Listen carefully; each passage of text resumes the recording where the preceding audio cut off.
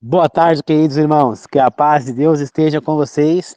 Um feliz sábado a todos. Na meditação de hoje falaremos sobre o povo remanescente de Deus e a sua missão. Antes de começar, gostaria de pedir que ouçam até o fim e compartilhem minhas mensagens. Ouçam para aprender, compartilhem para que outras pessoas tenham o privilégio de aprender.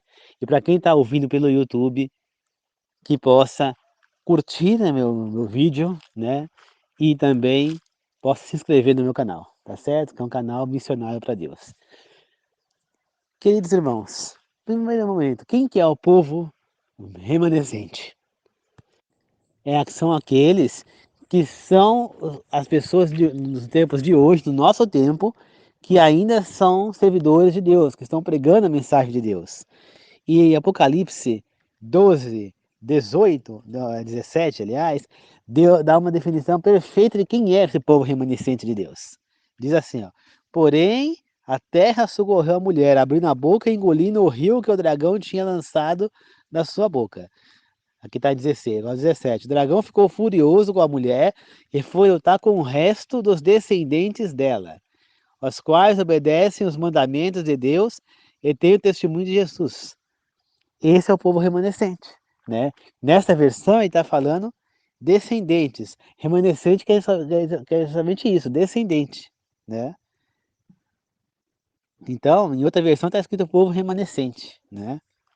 Então, nessa minha versão está descendente. Agora eu vou ler novamente a parte 17 como traduzida, né? Já que está escrito em profecia.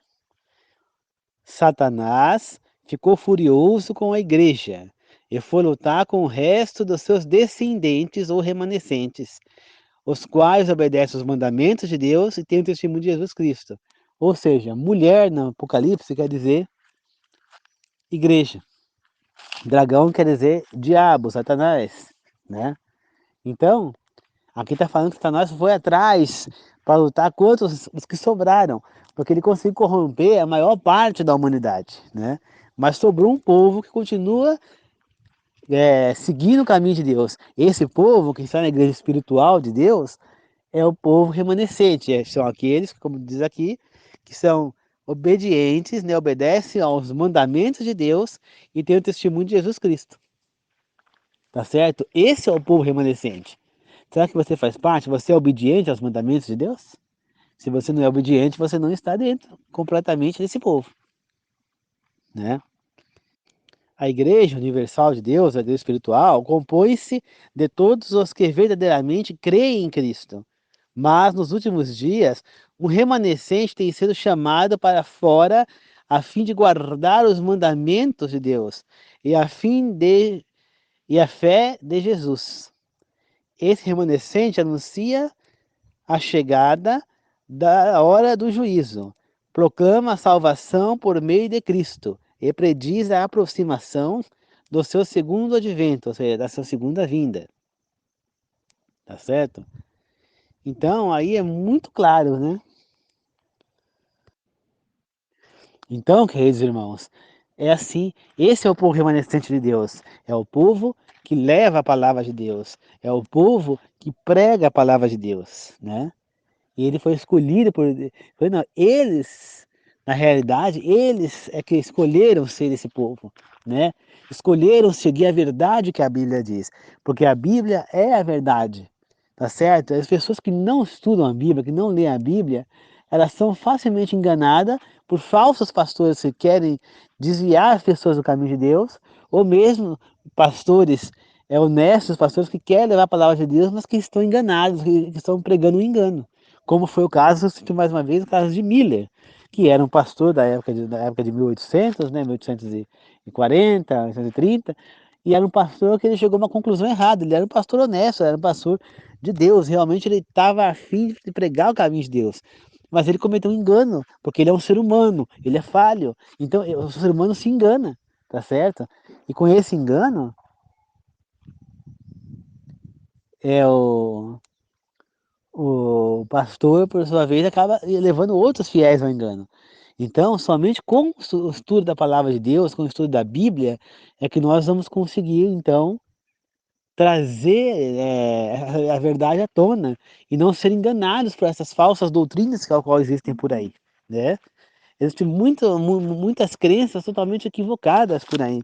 Como, por exemplo, a primeira é a que eu sempre cito, que o sábado foi abolido, que a guarda agora é o domingo. A Bíblia em nenhum momento fala sobre isso. Ela cita 6 vezes o primeiro dia ou a palavra domingo, né? Porém, ela só cita ele como um dia qualquer, né? Que aconteceu algo naquele dia, mas não que era para ser guardado aquele dia. E Jesus sendo o Senhor do domingo, do sábado, aliás, sendo filho do homem, o Filho de Deus, ele era o Senhor, ele quem criou o sábado, então somente ele teria o poder para anular o sábado ou trocar o sábado por outro dia. E a Bíblia não tem em nenhum momento ele falando isso. Portanto, se ele não alterou, não há ser humano algum na face da terra que tenha o poder de alterar. Né? Outra crença equivocada é que a pessoa morre e vai para o inferno, se fez o que é errado. Não, o inferno não existe. Né? O inferno vai existir, que vai ser o lago de fogo e enxofre, onde a pessoa vai. Mas no momento ele ainda não existe. A pessoa morre e vai para a sepultura. Né? E aí vem a outra crença, que a pessoa morre e vai em espírito para o céu. Não. Se a pessoa já estivesse no céu, Cristo não precisaria vir ressuscitá-la. Então, cada vez que você vai lendo a Bíblia, você vai jogando por terra essas teorias falsas, né? Então nós temos que compreender isso. A Bíblia é muito clara quando fala nos seus mandamentos, adorar somente a Deus, não tem imagens para adorar. Então, quem tem imagens, eu sugiro que pense bem sobre o assunto, né? Eu respeito a fé de todos, mas é importante pensar sobre o assunto. Será que eu estou de acordo com o que Deus quer de mim? O que é mais importante para você, seguir a sua vontade ou a vontade dele? Para mim, mais importante é a dele, a minha não vale nada, né? Em Mateus 20, 18 a 20, diz assim: Escutem bem, nós estamos indo para Jerusalém, onde o Filho do Homem será entregue aos líderes dos sacerdotes e aos professores da lei. Eles o condenarão à morte, depois o entregarão aos que não são judeus para que façam um pouco dele. Batam nele e para que o crucifiquem. No terceiro dia, porém, ele ressuscitará. Né? Então aqui nós vemos o que Cristo disse aos seus apóstolos. Ele disse que ele iria ser entregue aos mestres da lei, né? E que eles iriam condená-lo à morte e entregar ele aos não-judeus, como ele foi entregue aos romanos, e ele foi espancado, foi humilhado, e ainda foi crucificado. Mas depois do terceiro dia ele ressuscitou. Né? Em Mateus 24:14 diz: E as boas novas sobre o reino de Deus serão anunciadas no mundo inteiro, como testemunho a toda a humanidade, e então virá o fim. Em Marcos 16:15 diz: Ele lhes disse: Espelhem-se por todo o mundo e espalhem-se por todo o mundo e anunciem as boas novas a todas as pessoas. Ou seja, espalhem-se por todo o mundo. Ele mandou que seus discípulos, que seus apóstolos se espalhassem por todo o mundo. Hoje em dia nós temos apóstolos vivos? Não. Então somos nós, os discípulos dele, que devemos levar a mensagem de Deus ao mundo. É preciso que ela chegue aos 4 cantos do mundo, senão Cristo não voltará. Enquanto todo mundo não tiver acesso à palavra de Deus. Porque todo mundo deve ter o direito de escolher se querem a salvação ou não. Mas para isso eles precisam conhecer a verdade. Né? Em 2 Coríntios 5:10 diz: Todos nós temos que comparecer diante de Cristo para sermos julgados. Cada um receberá o que merece. Seremos julgados de acordo com o bem ou o mal que tivermos feito enquanto vivermos nesse corpo terrestre. Então todos seremos julgados, né? E o que faz nós temos um bom julgamento?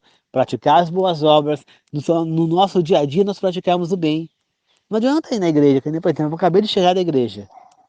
Adianta eu ter ido na igreja, mas aquele meu dia a dia, ou mesmo no dia de hoje, de sábado, que é o dia de Deus, que é para a gente estar feliz nesse dia, eu praticar o mal, eu fazer o que é errado, né? Eu roubar o que não é meu, ou eu pegar, né, no caso que não é meu, ou eu, ou eu maltratar a minha família, ou... não adianta. A igreja não vai me salvar. Se eu não quiser, se eu não fizer por onde, se eu no meu dia a dia não fizer a vontade de Deus perante as pessoas, Deus não vai me salvar, entende? Ele precisa que eu salve, né? Ele precisa que eu me salve, tá certo? Ele já me estendeu a mão, já me apresentou a verdade. Agora eu escolho se eu quero a salvação ou não. Agora não adianta frequentar a igreja e achar que eu vou ser salvo, mas não vai mesmo, né? Novela que foi apresentada para a Record, Apocalipse, embora ela tinha algumas distorções a respeito da Bíblia, mas uma coisa deu um ensinamento pra gente naquela novela. Né? Estava tendo a novela e na novela colocaram erroneamente o arrebatamento secreto. De repente as pessoas sumiam, né? Avião caía, carros batiam, o que não é verdade, né? A Bíblia não diz isso, né? Então, o que que diz a Bíblia? Né? Que Cristo vai retornar, que todo mundo verá ele vir. E ele é quem vai arrebatar a gente. Então todo mundo vai ver Cristo vir. Então não vai ser nada secreto, né? Mas, voltando ao assunto da novela, a novela me ensinou uma coisa. Estava lá o pessoal da igreja, teve um pastor da igreja que foi levado, mas o outro não. Alguns fiéis da igreja foram levados, mas outros não. Por quê? Porque não fizeram a vontade de Deus, porque não quiseram estar com Deus. Porque iam na igreja, mas no seu dia a dia não fazia a vontade de Deus. Então não adiantava a pessoa ir na igreja e não fazer a vontade de Deus no seu dia a dia. Não é a igreja que vai te salvar, não. A pessoa acha que a igreja é salvação. Começa a adorar o pastor, adorar a igreja, igual fazia o povo de Israel, que em vez de adorar a Deus, adorava Moisés. Como se Moisés fosse o Deus. E Moisés não era o Deus, ele era um homem comum. Ele era um instrumento de Deus. Assim como os pastores hoje em dia são os instrumentos de Deus. Assim como as igrejas são instrumentos de Deus. Assim como a TV Novo Tempo é um instrumento de Deus. Assim como, os cursos bíblicos são instrumentos de Deus. Agora, Moisés também era um instrumento, ele não era Deus. Mas adoravam a ele, tanto que quando ele ficou longe, simplesmente acharam que eles estavam entregues a Deus dará e criaram um bezerro de ouro, né? Com quem disse, sem Moisés nós estamos sem Deus, precisamos ter o Deus. E o ser humano tem essa tendência, ele só acredita no que ele pode pegar, no que ele pode ver, no que ele pode tocar, cheirar. E Deus nós não podemos ver, não podemos tocar, né? Mas Deus fez essa situação, ele se fez carne, parte da Trindade, Cristo, que também é Deus, se fez carne e se mostrou a toda a humanidade ali daquele momento. E mesmo assim não acreditaram nele, mesmo assim o rejeitaram. Por que que o rejeitaram? Porque achavam que ele era um homem comum, que talvez um profeta, talvez um falso profeta, não acreditavam nele, tá certo? Então o rejeitaram, o crucificaram por quê? Por medo, né? Os sacerdotes consideraram por medo, porque eles eram corruptos, eles não eram as pessoas de Deus. Porque se eles fossem de Deus, eles não faziam o que fizeram com Cristo, né? Eles eram pessoas corruptas, que estavam ali recebendo propina, enriquecimento ilícito, né? E ficaram com medo de perder o cargo deles para Cristo. E foi exatamente o que aconteceu. Eles perderam o cargo para Cristo, porque Cristo virou sumo sacerdote. Então o sumo sacerdote perdeu o seu lugar. Primeiro ele virou sacerdote, depois sumo sacerdote. Mas não na vida, né? Eles ficaram até o fim por ali, né? Depois foram condenados, claro, né? Tiveram lá pagar suas penas, porque tudo que faz o mal volta a si, né? Então em Apocalipse 14, 6 a 12 diz assim: Depois vi outro anjo voando pelo meio do céu. Ele tinha mensagem eterna das boas novas para anunciar aos que vivem na terra, a todas as nações, famílias, línguas e povos. O anjo disse em voz alta: Respeitem a Deus e dê-lhe glória, pois chegou a hora de ele julgar a humanidade. Adorem aquele que fez o céu, a terra, o mar e as fontes de água. Um segundo anjo seguiu o primeiro e disse: Caiu, caiu a grande cidade de Babilônia. Ela fez com que todas as nações bebessem do vinho do seu adultério, o qual se transformaria no vinho da ira de Deus. Um terceiro anjo seguiu os outros dois e disse, em voz alta: Aqueles que adorarem o monstro e a sua imagem, receber a sua marca na testa ou sobre a mão, irão irão beber do vinho da ira de Deus, o qual está preparado sem mistura no cálice da ira de Deus. Eles serão atormentados com fogo e enxofre, diante dos santos anjos e na presença do Cordeiro. A fumaça do seu tormento nunca vai parar de subir. Não haverá descanso algum, nem de dia nem de noite, para aqueles que adoraram o monstro e a sua imagem, e para quem quer que receba a marca do seu nome. Esta situação exige perseverança da parte do povo de Deus, o qual obedece os mandamentos de Deus e continua a ter fé em Jesus. Mais uma vez, falando quem é o povo de Deus, aquele que segue os mandamentos e que continua tendo fé em Jesus. Tá certo? Continuo mais uma vez falando. Apocalipse 18, 1-4 diz: Depois disso vi um outro anjo descer do céu. Ele tinha grande autoridade e a terra se iluminou com a sua glória. E o anjo gritou com voz poderosa, dizendo: Caiu, caiu a grande cidade de Babilônia. Ela passou a ser habitação de demônios, lugar de toda espécie de maus espíritos, esconderijo de todo tipo de aventura de ave impura, e de todo tipo de animal impuro e detestável. Pois ela fez com que todas as nações bebessem do vinho da ira que surge por causa de sua imoralidade sexual. Os reis da terra cometeram imoralidades sexuais com ela, e os negociantes da terra tornaram-se ricos às custas do seu extravagante luxo. Depois ouviram uma outra voz do céu dizer: Meu povo, saia dessa cidade para que vocês não se tornem cúmplices em seus pecados e para que não participem das pragas que ela irá sofrer. Então aqui mais uma vez, está falando sobre a Grande Babilônia. Então quem é a Grande Babilônia? Essa Grande Babilônia é a confusão, é essa coleção de doutrinas que nós temos hoje em dia. Para todo lado tem uma doutrina diferente. É a igreja batista, é quadrangular, é metodista, presbiteriana, é assembleia, Deus é amor, renascer, internacional da graça, igreja mundial, universal, plenitude, igreja de Javé, testemunho de Jeová, né? Igreja não sei o que, jovem, igreja videira e vida, enfim, adventista do sétimo dia. Nós temos um monte de doutrinas, um monte, né? Que fez na cabeça das pessoas uma confusão que as pessoas não sabem para onde correr. Quem que é certa, quem que é errada, né? O que está acontecendo? É possível que todas estejam certas? Claro que não, gente. Se uma fala para guardar o domingo, outra fala para guardar o sábado, é para guardar os 2 dias, a Bíblia fala para guardar os 2 dias? Não, então tem uma que está certa, a outra está errada. Se uma fala que a pessoa morre e vai para o inferno, e a outra fala que a pessoa morre e vai para a sepultura, como é que pode as duas estar certas? Não, uma está certa, a outra está errada. Quem que é a certa? Vamos ver na Bíblia. A Bíblia vai nos mostrar quem é a certa. Tá certo? Então nós temos que estar sempre indo atrás de saber a verdade. E a verdade é bíblica, está na Bíblia, é lá que nós vamos estudar a verdade. Né? Então, essa confusão que nós temos de tantas doutrinas é o que está sendo chamado de Babilônia. E é exatamente isso que vai ser ditado: caiu o grande Babilônia. Porque acabou-se o que era doce. Chegou o momento da decisão final. Ou vocês estão com Deus, ou vocês estão com o inimigo. Se vocês receberem a marca do inimigo, acabou. E nós sabemos muito bem quais são as marcas. A de Deus é o sábado, é o selo de Deus. É o sábado e o selo de Satanás é o domingo. Cada um vai escolher o seu selo nesse momento.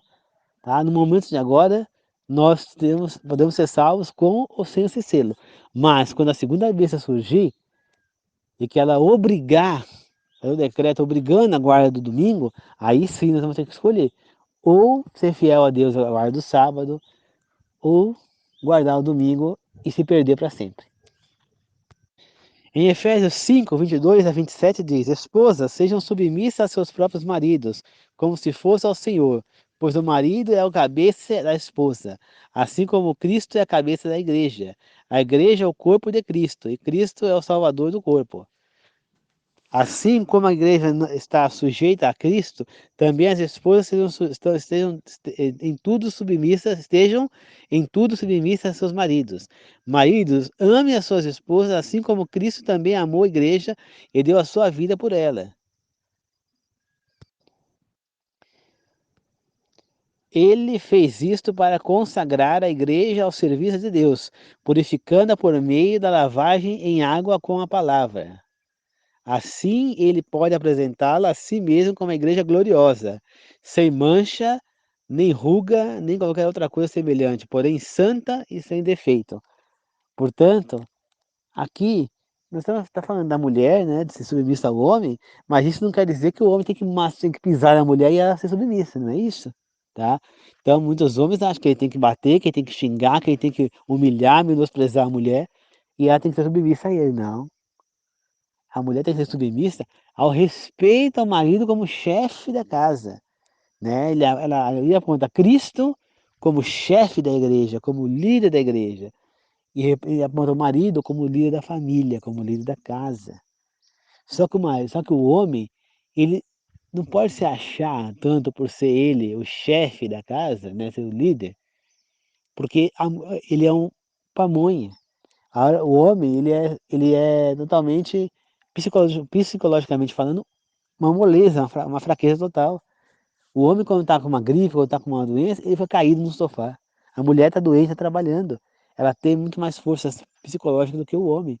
Então o homem depende da mulher também, tá? O homem, ele é turrão, o homem ele é mais astuto, ele tem esse instinto de liderança, mas a mulher é mais amorosa, mais romântica, ela dá um toque na família, na casa, que o homem jamais daria, aquele toque mais sensível, aquela coisinha.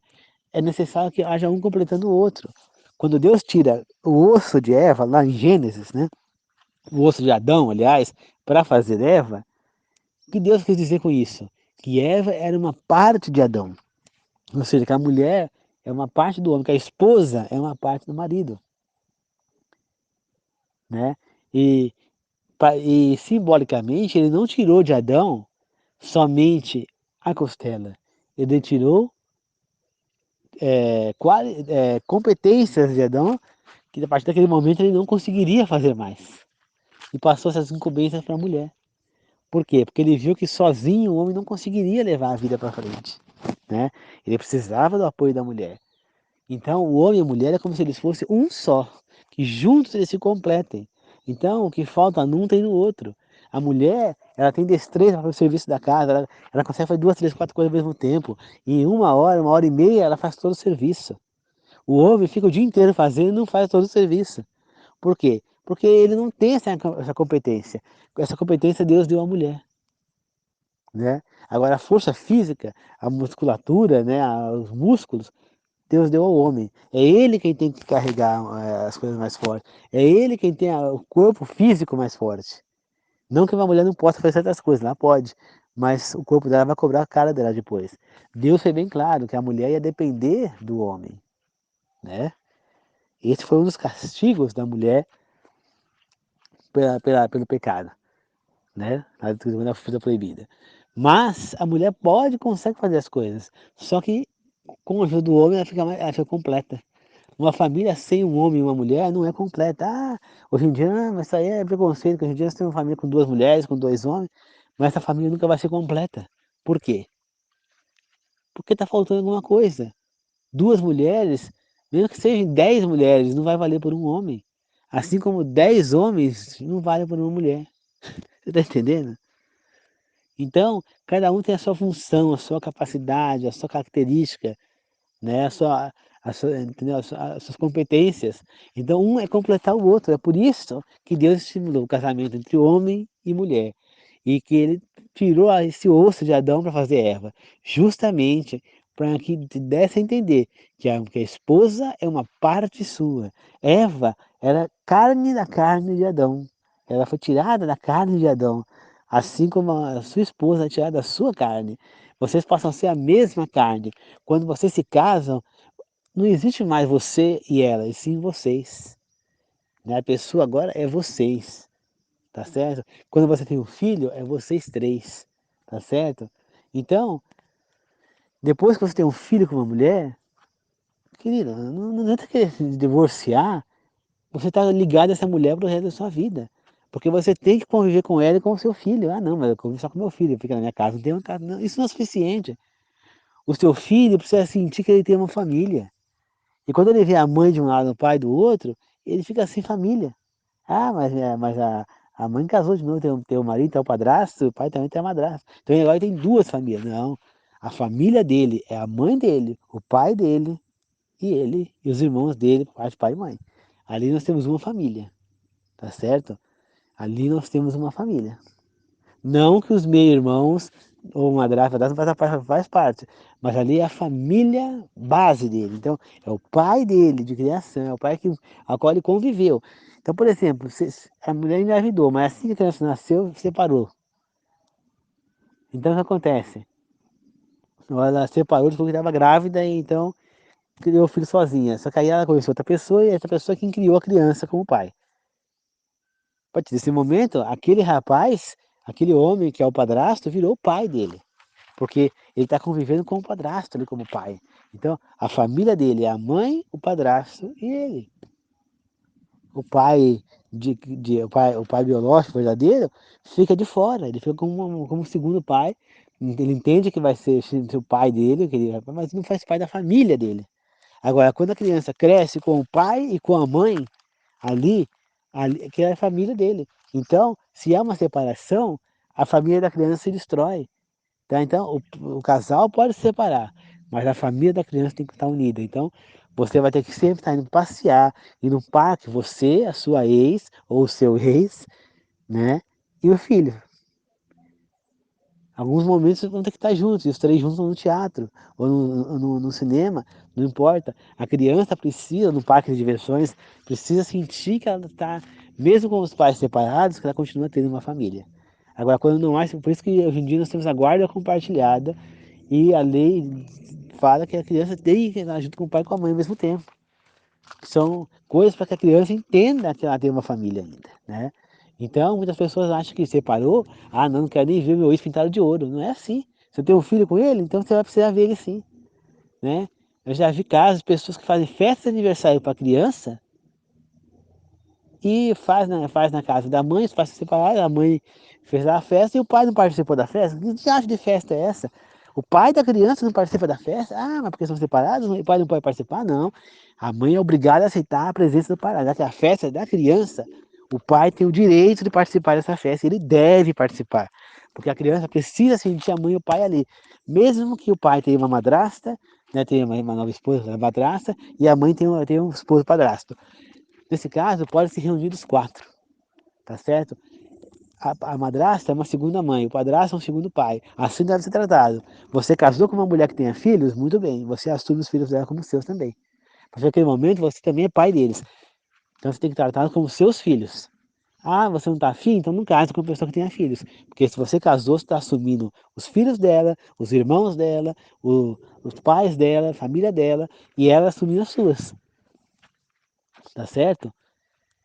É que nem a gente vê, por exemplo, na família do Silvio Santos, por exemplo.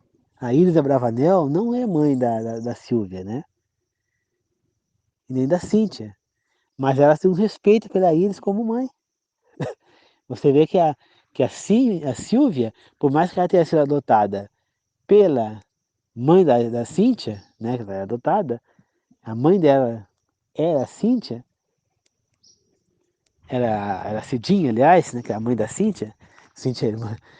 O que acontece? A Silvia tem um carinho pela Iris de mãe. Por quê? Porque a Silvia era pequena quando a mãe morreu. Então ela se apegou a quem? A Iris, que é a atual mulher, não era a mãe dela. Mas a Iris assumiu essa, essa incumbência de ser mãe da Silvia. A Cíntia já não tem tanta essa relação com a Iris. Mas demonstra seu respeito de uma pela outra. Então, aí ela assumiu a família do Silvio. Ele já tinha duas filhas e ela assumiu as duas filhas dele. Né? Ela podia falar, não, não quero saber dessas duas meninas aqui. Não, ela assumiu as duas filhas dele e trata elas como filhas também. Né? Recebe numa boa, como filha. Então, assim deve ser. Se nós estamos tendo um relacionamento, eu tenho que assumir. Tá certo? Então, se as crianças, você tem que entender, são seus também agora. Tá? Você não tem que querer assumir o lugar da mãe, mas você tem que ser também uma mãe, tratar com carinho, tratar com afeto como uma mãe trataria, né? Achei tão lindo ver na festa de casamento a moça querer entrar, ela falou: "Eu quero entrar com meu pai", primeiro ela falou que ia entrar com o pai adotivo, que era o padrasto, e aí depois ela falou que ia entrar com os 2. Ela entrou com o pai dela de sangue e com o pai adotivo, o padrasto. Por quê? Porque os 2 tratavam ela como pai, porque ela desenvolveu amor pelo padrasto como um pai, porque ele assumiu como pai, ele a tratou como um pai, ele a educou, a criou como um pai, e assim deve ser. E por fim, eu vou ler Apocalipse de 21, de 1 a 14, que diz assim: Deus viu um novo céu, aliás, depois viu um novo céu e uma nova terra. O primeiro céu e a primeira terra tinham desaparecido e o mar já não existia mais. Vi também a cidade santa, a nova Jerusalém, que desceu do céu da parte de Deus. Ela estava vestida como uma noiva enfeitada para o seu marido. Então ouvi uma voz forte que vinha do trono dizendo: Agora a morada de Deus vai ser com os homens. Depois habitará com eles, e eles serão povos de Deus. Então o próprio Deus estará com eles e ele lhes será por Deus. Deus enxugará todas as lágrimas de seus olhos e a morte já não existirá mais. Não haverá mais luto, nem choro e nem dor, porque as coisas velhas já passaram. E aquele que estava sentado no trono disse: Olhem, eu estou fazendo tudo de novo. E acrescentou: Escreva isto, porque essas palavras são verdadeiras e dignas de confiança. E ele ainda me disse: Tudo está feito. Eu sou o Alfa e o Ômega, o princípio e o fim. A todos os que têm sede eu darei de beber de graça da fonte da água da vida. Aquele que vencer dará todas as coisas, e eu serei o seu Deus, e ele será o meu filho. Entretanto, os covardes, os incrédulos, os pervertidos, os assassinos, os que praticarem a imoralidade sexual, os que praticam a feitiçaria, os que adoram ídolos, e todos os mentirosos terão a sua parte no lago que anima, que queima com fogo e enxofre. E essa é a segunda morte. Depois, um dos 7 anjos que tinham as 7 taças com as últimas 7 pragas aproximou-se de mim e disse: Venha e eu vou lhe mostrar a noiva, a esposa do cordeiro. Enquanto eu estava sendo guiado pelo Espírito, o anjo me levou até uma montanha grande e alta e me mostrou a santa cidade de Jerusalém que descia do céu da parte de Deus. Ela tinha glória de Deus e o seu brilho parecia o brilho de uma pedra preciosíssima, assim como a pedra cristalina de jaspe. A cidade tinha uma muralha muito grande e alta, com 12 portas. Havia um anjo em cada porta, e nas portas estavam escritos os nomes das 12 tribos de Israel. Havia 3 portas no leste, 3 no norte, 3 no sul e 3 no oeste. A muralha da cidade tinha 12 alicerces, e em cada um deles estava escrito o nome de um dos 12 apóstolos do Cordeiro. A muralha da cidade tinha 12 alicerces, e em cada um deles estava escrito o nome de um dos 12 apóstolos do Cordeiro. Então, aqui está falando sobre a visão que João teve do tempo do fim, né? Que Deus enxugaria a lágrima, que não existiria mais morte. No tempo do fim também, o- os maus, eles jogaram no lago de fogo com enxofre, né? E ele viu a Nova Jerusalém descendo do céu. Que visão maravilhosa. Nossa, que privilégio que ele teve de poder ver isso, né? Eu imagino o privilégio que tiveram os apóstolos de conviver com Cristo. Eu queria muito ter convivido naquela época, mesmo sem internet, mesmo com toda a dificuldade que tinha. Eu queria muito ter vivido naquela época e ter o privilégio de conviver com ele, né? Eu já tive um sonho, né? Ao qual eu estava convivendo com Cristo, eu estava participando junto com os apóstolos, e eu também fazia os milagres, e eu também exercia a cura, expulsava demônios, e eu estava aprendendo diretamente com o mestre, né? Com ele pessoalmente. Então,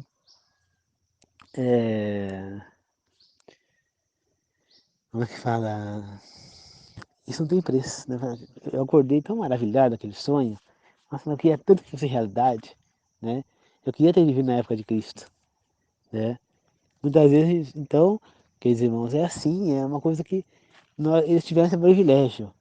E João foi o único apóstolo que teve esse privilégio, o único ser humano que teve o privilégio de ver antecipadamente a Nova Jerusalém, de ver esse feito que ainda vai acontecer, né?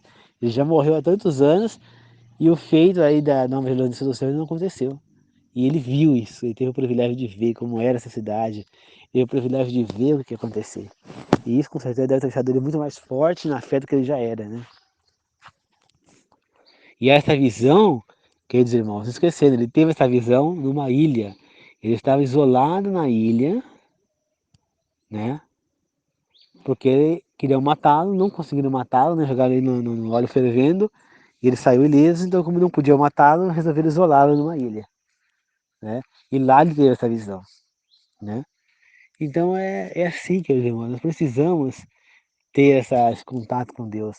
Precisamos ser esse povo remanescente. E como é que nós podemos ser? Guardando os mandamentos, sendo fiel a Jesus Cristo, aceitando os feitos de profecia, aceitando quem Cristo é, quais são os seus poderes, o que ele é capaz de fazer, praticando boas obras, assim como eu estou aqui, gravando para vocês. Estou cansado, fui na igreja, então eu acabo voltando um pouco cansado, que a gente se levanta, senta, porque a gente acaba, como é que fala, depois eu dirijo até aqui, desci do carro 2, 3 vezes, então eu acabo cansando um pouco as pernas, mas estou aqui gravando, né? Agora eu vou tomar um banho e vou descansar da minha rede o resto do dia, né? Aproveitando o sábado, né, vou fazer mais um estudo bíblico, porque essa é a lei do sábado, é estar em contato o dia inteiro com a palavra de Deus. E é isso que eu tento fazer no sábado, né? Tá certo, queridos irmãos? Então é isso. Então, nós temos que ser esse povo remanescente, descendência de dos apóstolos. Eles fizeram isso, inclusive os discípulos também, tinham discípulos e apóstolos. Os apóstolos eram 12, mas tinham outros discípulos, né? Então, por exemplo, Estevão. Estevão era um discípulo de Cristo. E ele não era apóstolo, ele não foi chamado como apóstolo, mas ele era discípulo. E ele pregava, e ele acabou sendo preso e foi apedrejado por ser um discípulo de Cristo. Simplesmente por ser. Já pensou? Mas ele não deixou de pregar com medo, não se acovardou, como diz nesse texto que nós lemos. Você vê que nesse texto é comparado um covarde, é comparado um desertor, né, feiticeiro, imoralidade sexual. O que ele fala ali como imoralidade sexual? O adultério, a fornicação e o homossexualismo. Né? É isso que eles chamam de da imoralidade sexual, né? Então a pessoa tem que se contar a vulgaridade das moças e dos rapazes se vestindo erradamente, né? Isso também é uma imoralidade sexual. Então Deus está vendo tudo isso. Ele está nos chamando para ser um povo remanescente, um povo diferente, um povo que guarda os seus mandamentos, um povo que é feliz, um povo que vai levar uma mensagem às outras pessoas. Uma vez eu estava vendo um vídeo na internet de uma menina que estava vendendo numa barraca de estrada, essas barracas que você vê quando você anda nas ruas do interior, né, nas estradas, nas cidades do interior, você vê às vezes nas estradas aquelas barracas que vendem frutas, que vendem coisa, né, mel, e tinha uma menina vendendo essas coisas lá, uma menina, devia ter 12, 11 anos, e ela atendia as pessoas com um sorriso tão grande no rosto, que você via Deus naquela menina, como ela era abençoada. Ela em nenhum momento ela se queixava, ela estava ali trabalhando com a mãe, sei lá com quem que era, mas estava lá numa boa. E ela vendia, ela falava, Deus te abençoe, que Deus a proteja, que leve segurança. E as pessoas ficavam, se sentiam abraçadas, amparadas por aquela menina, né? E teve um caso que ela falou que as pessoas ficaram mais assim, lisonjeadas pelo que ela estava falando. E a menina ela falou, posso fazer uma oração para vocês? Uma oração para vocês? E a pessoa falou, claro. Aí ela fez então uma oração lá para eles, abençoando aquele carro que estava passando. Então isso é uma mensagem de Deus, né? Já vi casos de uma outra criança que, que vendia bombons, acho que era bombons, né? Trufas. E essas trufas, e ela pegava e ela vendia trufa e entregava uma mensagem de Deus, E muitas vezes ela não entregava a mensagem, mas ela falava. Isso é um trabalho missionário maravilhoso, né? Hoje eu estava na igreja e achei uma coisa fantástica. Tocaram uma música, eu não lembro agora o nome da música, mas uma música que é conhecida, né? Eu acho que ela não faz nem parte do inário da igreja adventista, não, mas é uma música gospel, mas não é da igreja adventista. Mas é uma música tão linda e praticamente a igreja inteira sabia aquela música. A ponto que as crianças da igreja estavam cantando aquela música. Isso é forte, porque é difícil a criança interagir cantando as músicas na igreja. E ali eles estavam cantando. Então, você vê a mão de Deus naquela situação. Você sente a presença dele no lugar. E é exatamente assim que você deve sentir numa igreja. Seja qual for a que você for, você tem que sentir a presença de Deus ali. Se você não está sentindo a presença dele ali, tem algo errado, caia fora. Caia fora porque não é a igreja dele. Então você tem que sentir a presença dele ali, tá certo? Eu senti hoje lá. Então é muito importante, né? Eu estava vendo ontem lições da Bíblia, o rapaz estava falando, porque eu estava sendo estudado com, com, com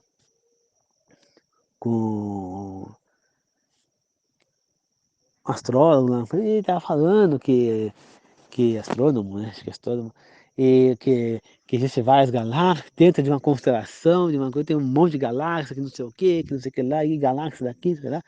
E aí isso que ele pegou e falou, chega, já entendi que nós somos miseráveis nada, né, nessa galáxia. Nós somos nada, nós somos um zero à esquerda nessa galáxia. Exatamente isso que nós somos, né?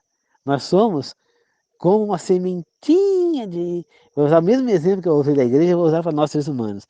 Nós somos uma sementinha de mostarda no meio desse universo todo. Desse tamanho aqui, uma sementinha de mostarda num sítio de, sei lá, 100 mil metros quadrados, uma fazenda de 100 mil metros quadrados, uma sementinha de mostarda, nada. Então é o que nós somos. Então nós não podemos achar que nós somos melhor que ninguém, não podemos achar que nós somos superiores a ninguém, e não podemos deixar de sempre levar o bem às pessoas, né? Então são ensinamentos que a gente vai aprendendo e se desenvolvendo. Tá certo? Então, muito obrigado, queridos irmãos. Que Deus abençoe a todos. Tá certo? Que dê um bom fim de sábado a todos vocês. Que Deus possa amparar a todos vocês. E que possamos sempre estar fazendo bem ao próximo e fazer parte desse povo remanescente de Deus. Tá certo? Façam parte. E mais uma vez eu convido vocês a assistir a TV Novo Tempo, que é um canal muito abençoado, muito... Sente a presença de Deus naquele canal.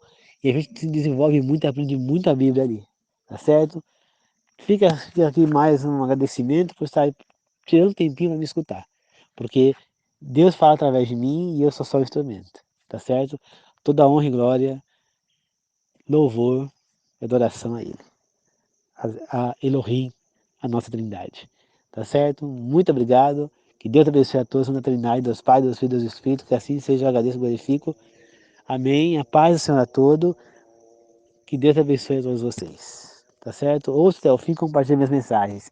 E para quem está vendo no YouTube, não esqueça, curta o meu vídeo, compartilhe meu vídeo, se inscreva no meu canal e ative o sininho ainda por cima, tá? Para poder receber os novos vídeos que eu for postando. Obrigado, queridos irmãos.